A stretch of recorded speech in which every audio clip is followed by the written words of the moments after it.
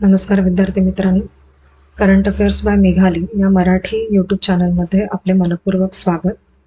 इथे आपण daily current अफेअर्सचे important 12 questions रोज पाहत असतो, जे की तुम्हाला आपल्या MPSCच्या सर्व एक्झामसाठी, महाराष्ट्र शासनाच्या सर्व सरळ सेवा भरतीसाठी आणि केंद्रीय जेवढ्या काही एक्झाम असतात त्यासाठी उपयोगात येणार आहेत.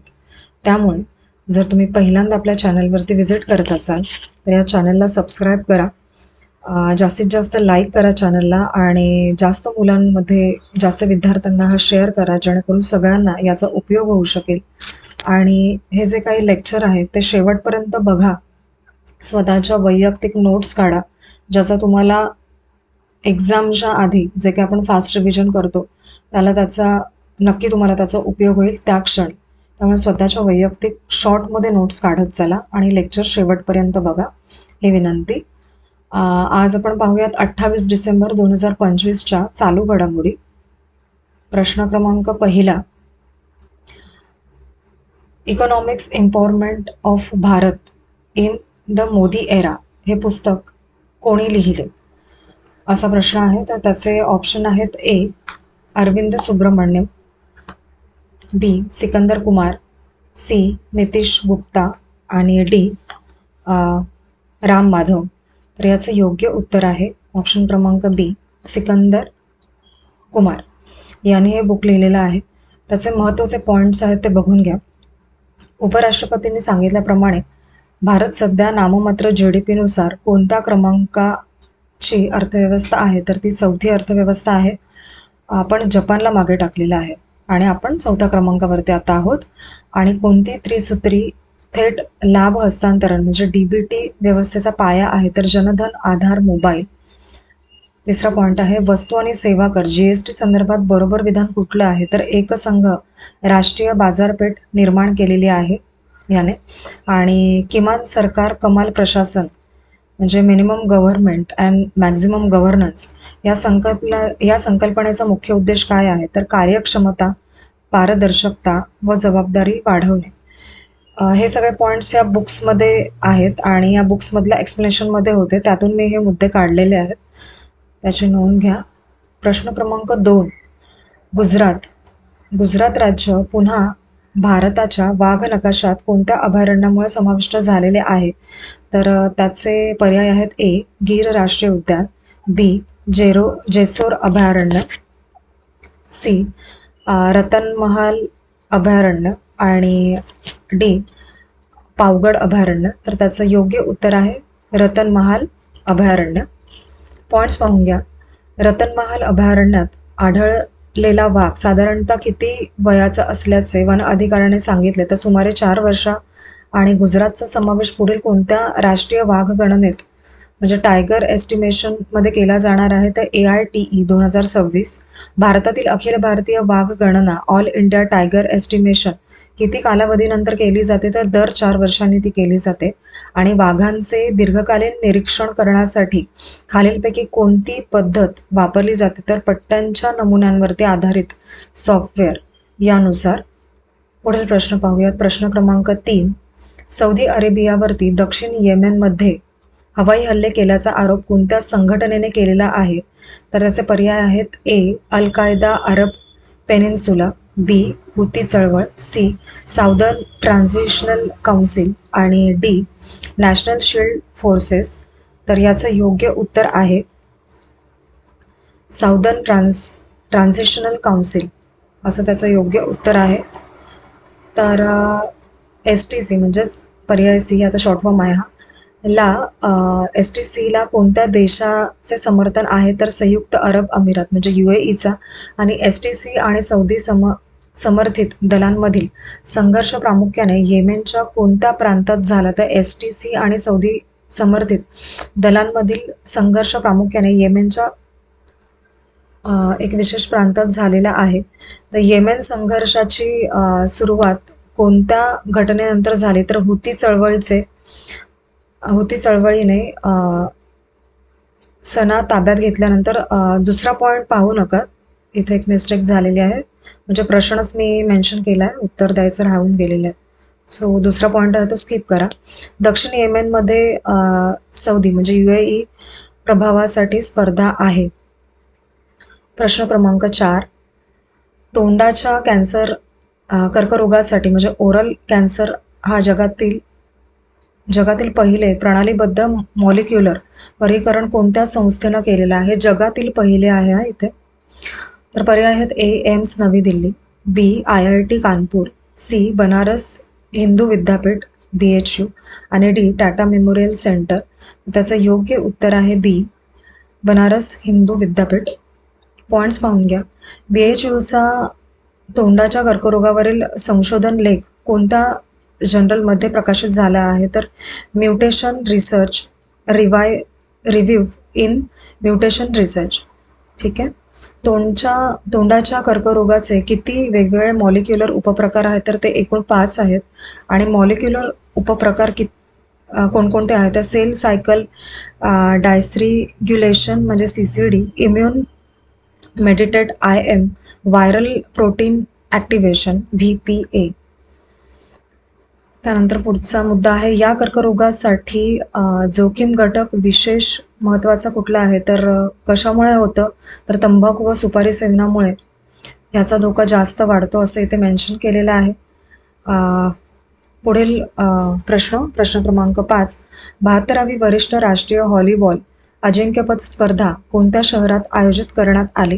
तर त्याचे पर्याय आहेत ए लखनौ, बी प्रयागराज, सी वाराणसी काशी आणि डी गोरखपूर. तर त्याचं योग्य उत्तर आहे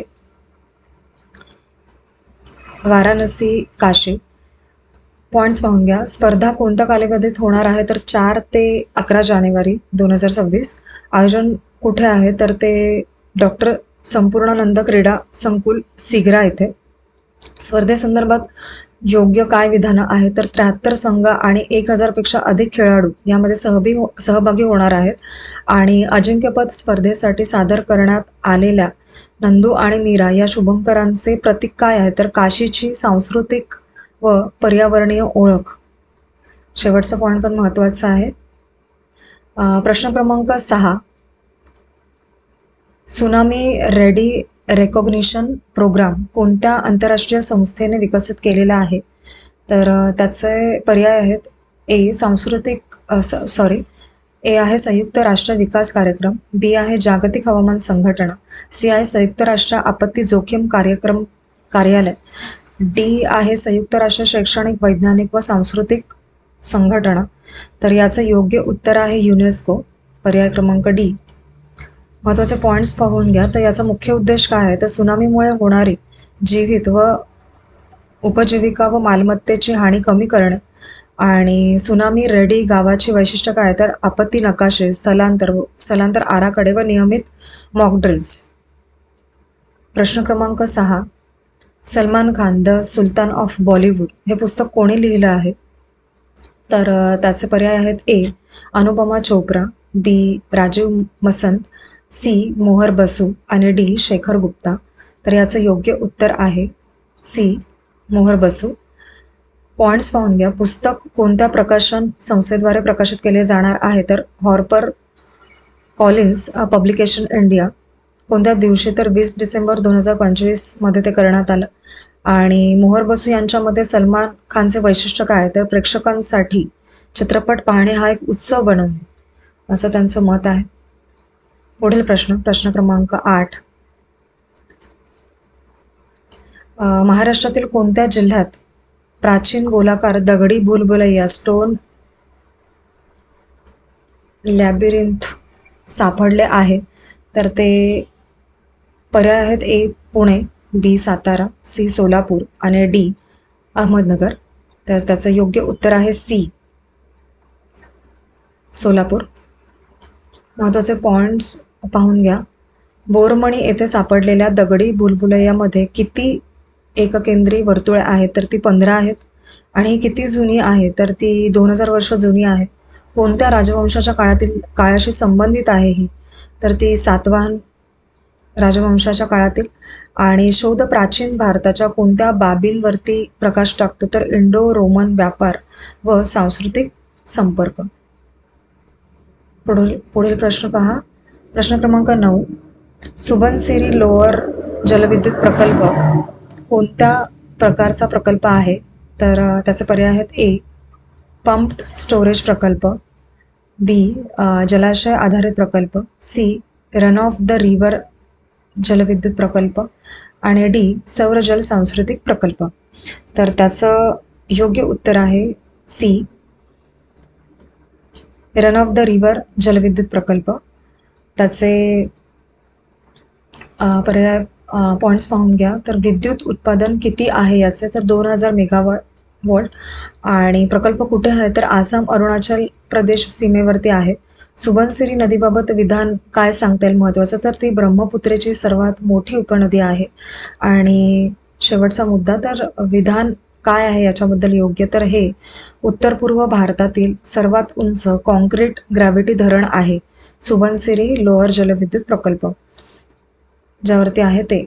त्यानंतर प्रश्न क्रमांक 10वा, फिफा अरब कप कतार 2025चे विजेतेपद कोणत्या संघटनेने पटकावले? तर त्याचे पर्याय आहेत ए जॉर्डन, बी मोरोक्को, सी कतार आणि डी इजिप्त. तर त्याचं योग्य उत्तर आहे बी मोरोक्को. महत्त्वाचे पॉईंट्स पाहून घ्या. अंतिम लढत कोणत्या स्टेडियममध्ये खेळवली गेली? तर ते लुसेल स्टेडियम. दुसरा पर्याय आहे अंतिम सामन्यात मोरोक्कोने जॉर्डनचा पराभव कसा केला? तर अतिरिक्त वेळेमध्ये केला. आणि अंतिम सामन्यात मोरोक्कोसाठी निर्णायक गोल करणारा खेळाडू कोण होता? तर अब्देरझाक हमदल्लाह असं त्यांचं नाव आहे. आणि फिफा अरब कप कतार 2025 एकूण किती संघ सहभागी होते? तर ते 16 संघ सहभागी होते. प्रश्न क्रमांक 11, बौद्ध समुदायाचा पारंपरिक नववर्ष लोसर सण कोणत्या राज्य किंवा केंद्रशासित प्रदेशात साजरा केला जातो? तर त्याचे पर्याय आहेत ए हिमाचल प्रदेश, बी सिक्कीम, सी अरुणाचल प्रदेश आणि डी लडाख. तर त्याचं योग्य उत्तर आहे लडाख. पॉईंट्स पाहून घ्या. लोसर सणाच्या प्रारंभाचा संबंध कोणत्या व्यक्तींशी आहे? तर ते जे स्तोंखापा यांच्याशी. सणाच्या काळामध्ये धार्मिक विधी मुख्यतः कुठे पार पडतात? तर मठ, स्तूप व धार्मिक स्थळ इथे. आणि कोणत्या महिन्यात साजरा होतो हा उत्सव? तर लोसर सण. तर फेब्रुवारी मार्चमध्ये. पुढील प्रश्न क्रमांक 12, अवकाशात जाणारी जगातील पहिली व्हीलचेअर वापरणारी व्यक्ती कोण? जगातील पहिली व्हीलचेअर वापरणारी व्यक्ती. तर पर्याय आहेत ए लॉरेन्स सँचेज, बी गायल किंग, सी मायकेल बेंटहाऊस आणि डी कॅटी पेरी. तर यांचं नाव आहे मायकेल बेंटहाऊस. पॉईंट्स पाहून घ्या. अवकाश प्रवास कोणत्या खाजगी अंतराळ कंपनीसोबत केला? तर ब्लू ओरिजिनच्या कोणत्या सब ऑर्बिटल प्रक्षेपण वाहनाद्वारे हा ऐतिहासिक प्रवास केला गेला? तर न्यू शेपर्ड. आणि या अवकाश प्रवासादरम्यान कोणती रेषा जे बाउंड्री ओलांडली गेली ज्याला अवकाशाची सीमा मानले जाते? तर करमान रेषा. आणि मायकेल बेंटहाऊस सध्या कोणत्या संस्थेशी व्यावसायिकरित्या संलग्न आहेत? तर त्या युरोपियन स्पेस एजन्सीशी संलग्न आहेत, म्हणजे ESA. हा आपला शेवटचा प्रश्न होता, प्रश्न क्रमांक 12वा. आणि आपले आजचे लेक्चर इथे संपलेले आहे. आणि माझी एकच विनंती आहे की चॅनलला सबस्क्राईब करा आणि व्हिडिओ शेवटपर्यंत पहा. जास्त लाईक करा, जास्त विद्यार्थ्यांपर्यंत पोहोचवा. कारण की ज्या माध्यमातून मी तुमच्यापर्यंत पोहोचते त्याचा रूलच आहे की लाईक, शेअर आणि सबस्क्राईब. हे जर आपल्याकडे असेल तरच आपण या माध्यमावरती टिकू शकतो. त्यामुळे रोज विनंती करणं ही खूप महत्त्वाची आहे. आणि तुम्हाला जर खरंच असं वाटत असेल की मी तुमच्यासाठी अजून जास्तीत जास्त असे लेक्चर्स घेऊन यावेत तर प्लीज तुम्ही लाईक करा, शेअर करा आणि सबस्क्राईब करा आपल्या चॅनलला. आणि खरंच जास्त विद्यार्थ्यांपर्यंत हा चॅनल पोहोचवा जेणेकरून खरंच सगळ्यांना याचा उपयोग होईल. कारण की हे जे काही प्रश्न काढणं, उत्तरं इथे मांडणं आणि हे एक्सप्लेनेशन देणं याला खरंच खूप मेहनत लागते. तर एक लाईक मिळाल्यामुळे आपल्याला मोटिवेशन मिळतं पुढे जास्त काम करण्यासाठी. आणि सबस्क्राईब केलं तर मला खरंच या माध्यमावरती टिकता येईल. त्यामुळे प्लीज. आणि लेक्चर तुम्ही शेवटपर्यंत पाहिलं त्यासाठी धन्यवाद.